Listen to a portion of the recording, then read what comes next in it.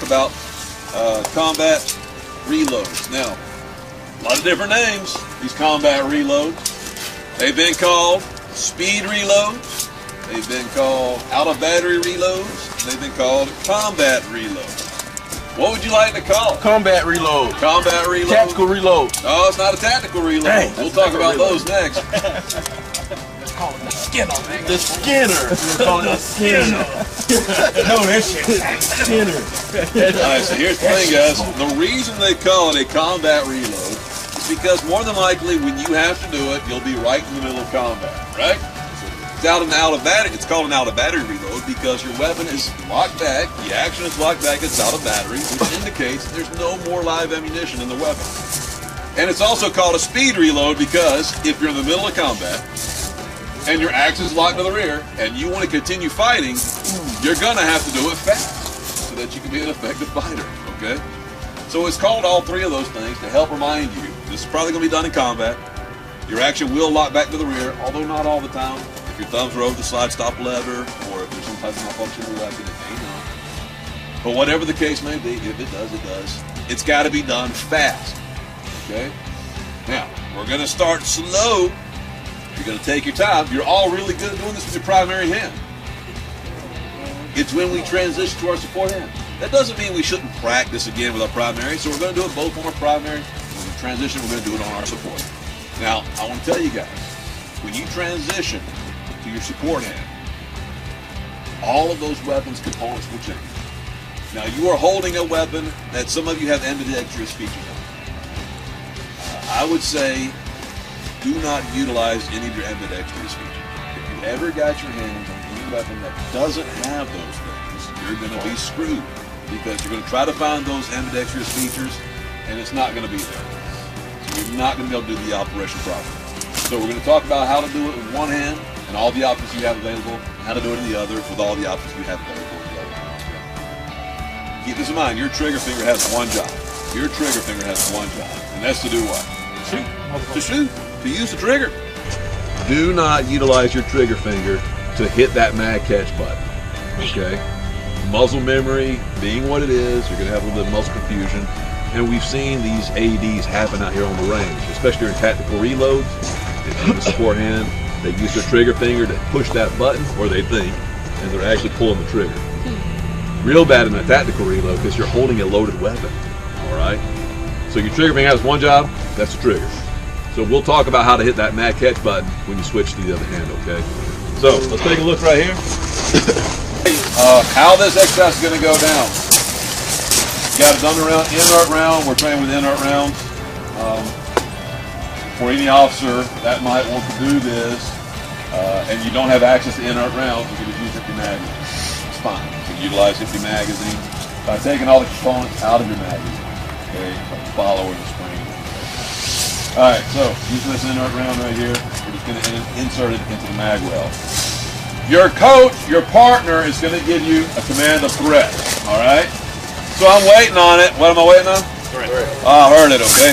So while we increase pressure, we get a click instead of a bang. So we're going to include one other exercise here. I got a click instead of a bang. What do I do? Tap. Roll is optional here, okay? And we roll it because the ejection port is facing that direction, right? But I'm going to get rid of that one extra step. I'm not going to roll. So I'm just going to tap. Now what? Rack. Using a C-clamp. The serrations and the slide in the back here, okay? With a punch-pull motion, all right?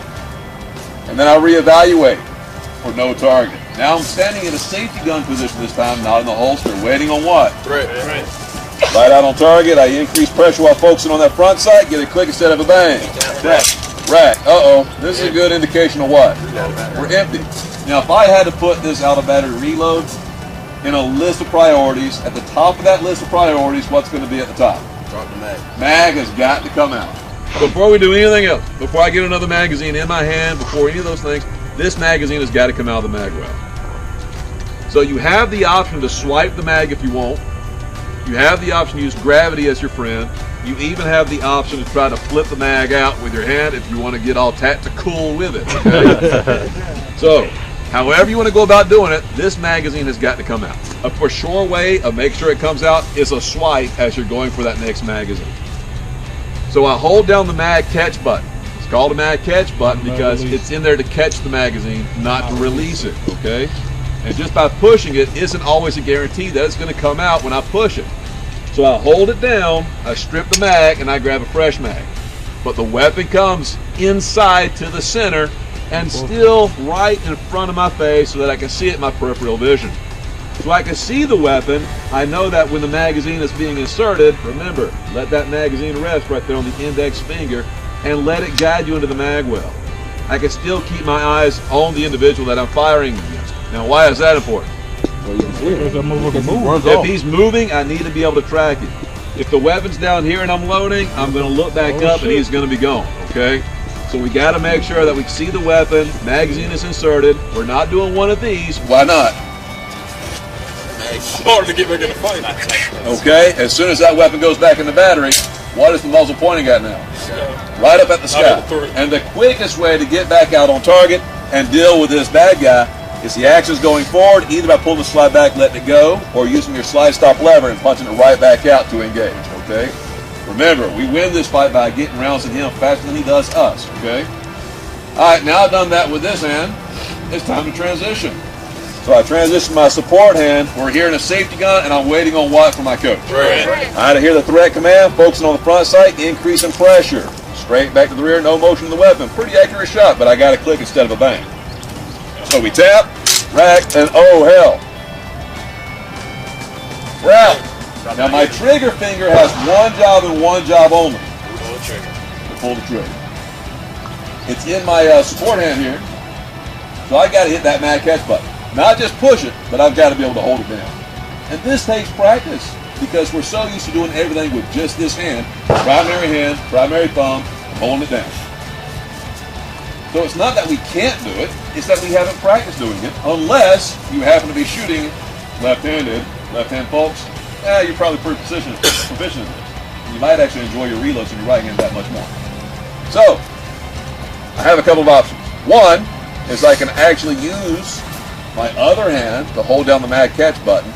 The only problem with that is I can't swipe and hold the button at the same time. So I would have to rely on gravity here if I were going to reach all the way around with my other finger to try to hit that mag catch button. My other option is to use my social finger on my support hand. Okay, it's lined up real nice with that mag catch button. So while depressing the mag catch button with my social finger, mag is released. If it doesn't come out, I might have to swipe. Grab my next magazine. Remember, it's up high enough so that I can still see who? The threat, or the bad guy, whatever the case may be, my target. All right, insert the magazine. Now, this weapon, it is an ambi weapon, but I don't want to use that slide stop lever because if I pick up a Glock or something like that that doesn't have those ambidextrous features, it's not going to happen. So how might I get this back in battery now? See, clamp right across the top, once pull, right back out on target. Okay. So we've done it with that hand. Let's get another shot off. And let's get another reload, okay? And we're out of magazines. So we're looking, we're reaching, we're trying to find it. It's not there, okay? Don't just assume that you don't have any more magazines. All right?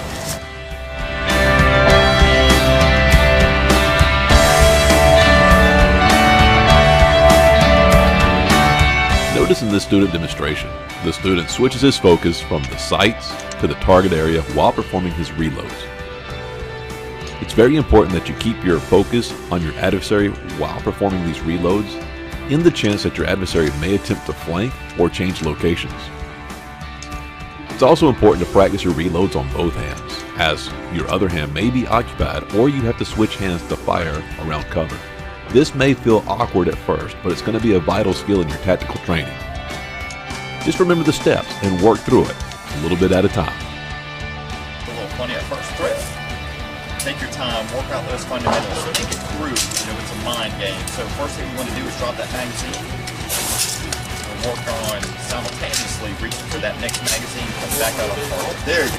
And just like that, he was able to perform his reload in his support hand. This student is a right-hand shooter and is working through it step by step to perform the actions, using his social finger, as we'll call it, to drop the magazine, reaching for the next magazine, and using the C-clamp on the back of the side, the serrations, to punch pull and allow the action to go back in the battery.